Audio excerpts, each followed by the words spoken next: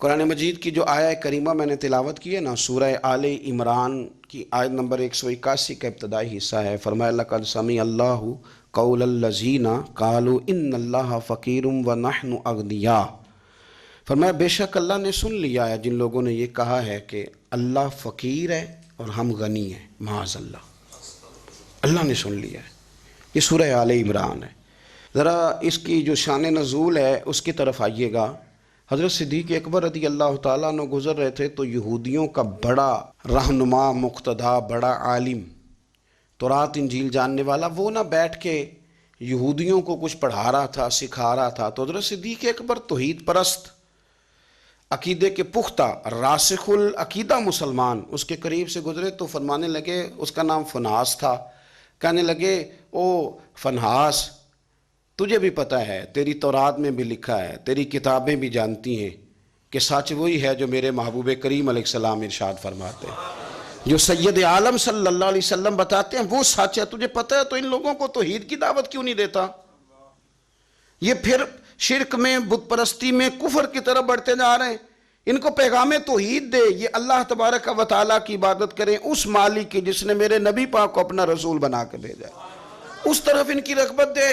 تو وہ فنحاس جو تھا اس نے بڑی کفریہ جملے معاذ اللہ بولے۔ وہ کہنے لگا کہ اس رب کی ہم عبادت کریں جو ہمیں کہتا ہے کہ قرض حسنہ دو، اللہ کو قرضہ دو، وہ تمہیں ڈبل کر کے واپس کرے گا۔ صدقات اور زکوٰۃ کا معاذ اللہ اس نے مذاق اڑایا، کہنے لگا اللہ ہم سے کہتا ہے میری راہ میں خرچ کرو، معاذ اللہ استغفر اللہ۔ کہنے لگا اس کا معنی تو یہ ہوا نا کہ ہم غنی ہیں اور اللہ فقیر ہے۔ ہر سوال کے جواب میں دلیل نہیں ہوتی، کچھ لوگ جو ہوتے ہیں ان کا علاج کچھ اور بھی ہوتا ہے۔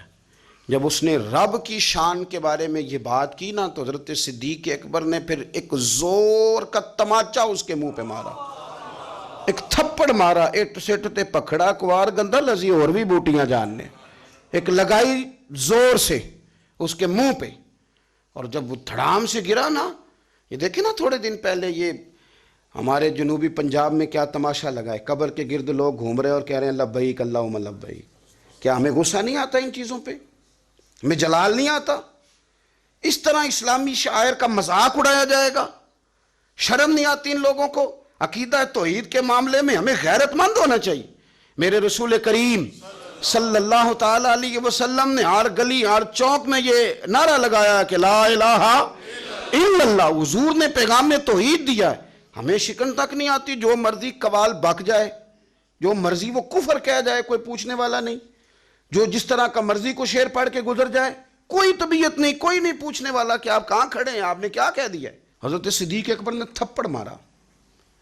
اب وہ چونکہ ان کا بڑا مقتدا تھا، پیشوا تھا، وہ حضور سید عالم صلی اللہ علیہ وسلم کی بارگاہ میں آیا اور وہ سارے لوگ آئے، نے آ کے کہا جی ابو بکر نے تھپڑ مارا ہے۔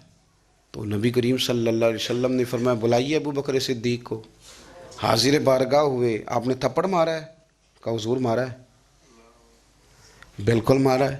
کیوں مارا ہے؟ یا رسول اللہ صلی اللہ علیہ وسلم اس نے یہ کہا تھا معاذ اللہ کہ اللہ فقیر ہے ہم غنی ہیں، میرے رب کریم کی شان کے بارے میں یہ اس نے جملے بولے تو میں نے مارا ہے تھپڑ۔ حضور نے فرمایا تو نے کہا ہے؟ کہنے لگا جی نہیں میں نے تو کہا ہی نہیں، میں نے تو نہیں کہا۔ اس کے جتنے لوگ تھے ان سے کہا بھی تم موجود تھے، اس نے کہا ہے؟ وہ کہنے لگے جی نہیں نہیں اس نے تو کہا ہی نہیں۔ عوام مسلمان تھا ہی کوئی نہیں جو جناب صدیق اکبر کی گواہی دے، جو صدیق کی صداقت کے لیے کھڑا ہو، تھا ہی کوئی نہیں۔ جب وہ سارے کہنے لگے جی نہیں کہا ہی نہیں، یہ معاذ اللہ غلط کہہ رہے ہیں، کہا ہی نہیں، جب وہ سارے مکر گئے تو رب کریم کے قرآن نے بولنا شروع کر دیا۔ یہودی مکر گئے اور جناب صدیق اکبر کی گواہی جب بندوں میں سے کوئی دینے والا نہ رہا تو مالک نے فرمایا میں جو گواہ ہوں ابو بکر صدیق، میں جو گواہ ہوں لقد سمع اللہ قول الذین قالوا ان اللہ فقیر ونحن اغنیاء۔ فرمایا کسی مسلمان نے سنا یا نہیں سنا، اللہ نے سن لیا ہے، اللہ نے سنا ہے اس کے قول کو جس نے کہا کہ اللہ فقیر ہے اور ہم غنی ہیں، قربان جائیں اس شخص کی عظمت کا کیا کہنا جس کی گواہیاں میرا رب کریم عطا فرمائے۔ وہ اتنے بڑے آدمی بیاں ہو کس زبان سے مرتبہ صدیق اکبر کا کہ محبوب خدا محبوب ہے صدیق اکبر کا، اتنی بڑی شخصیت. رب نے فرمایا کہ کسی مومن نے سنا نہیں سنا, اللہ نے تو سنا ہے نا, اللہ نے سن لیا, انہوں نے کہا ہے. گویا مالک نے فرمایا یہ سارے جھوٹے ہیں, میرے محبوب کا صدیق سچا ہے, یہ سچے ہیں جناب صدیق اکبر. اور پھر یہ آیت ہمیں لے گئی پھر وہ غار ثور میں جہاں کافر آ گئے تھے نا بالکل غار کے دروازے پہ, اور درمیان میں دیوار کون سی تھی؟ مکڑی کا جالا, کبوتری کے انڈے. جناب صدیق اکبر گھبرائے, اپنے لیے نہیں, مدینے والے محبوب کے لیے. یا رسول اللہ یہ تو آ گئے ہیں, اگر انہوں نے جھک کے پیروں کی جانب سے دیکھا تو تکلیف پہنچائیں گے. حضور نے فرمایا لا تحزن, پڑھیے نا سورہ توبہ, لا تحزن, تو غم نہ کر. حضور نہ غم کروں, فرمایا نہ کر, کوئی فوج نہیں, کوئی اندر اسلحہ نہیں, کوئی بارود نہیں, لیکن تو غم نہ کر. اس لیے نہ کر کہ ان اللہ معنا, اللہ ہمارے ساتھ ہے. جن کے ساتھ اللہ ہو انہیں غم نہیں ہوتا. مجھے کسی شخص نے کہا کہ کسی کو ولی دیکھنا ہو تو علامت کیا ہے؟ میں نے کہا ولی کو غم ہوتا ہے پر اللہ رسول کا, اپنی آخرت کا. لیکن اگر تم کبھی دیکھو نا کہ دنیا داروں سے تھوڑا غمگین ہو رہا ہے تو ولی ہے ہی نہیں. اگر وہ یہ دیکھ رہے ہیں نا بندے نہ ادھر ادھر ہو جائیں, تو ولی کی تو علامت یہ ہے کہ الا ان اولیاء اللہ لا خوف علیہم ولا هم یحزنون, انہیں کوئی غم اور خوف. تو یہ تو قرآن نے بیان کیا ہے کہ وہ خوف زدہ کرے جس نے جو کرنا ہے. وہ خوف زدہ کیوں کہ اولیاء اللہ, وہ اللہ کے دوست ہیں. اللہ کا دوست بندوں کا غم رکھتا نہیں. حضرت صدیق اکبر رضی اللہ تعالیٰ عنہ وہ ہستی ہیں کہ جن کی گواہیاں میرا رب کریم ارشاد فرماتا ہے. پھر آپ غور کریں اس بات پر, یہاں سے جو بات ثابت ہوتی ہے وہ یہ ہے کہ سچ بول دیں, سچے بن جائیں, سچ کے لیے کھڑے ہو جائیں. بندہ کوئی مدد کے لیے آئے نہ آئے, رب ضرور مدد فرمائے گا, وہ اپنے کرم سے مددگار بنے گا. سچ کے لیے کھڑے ہوں.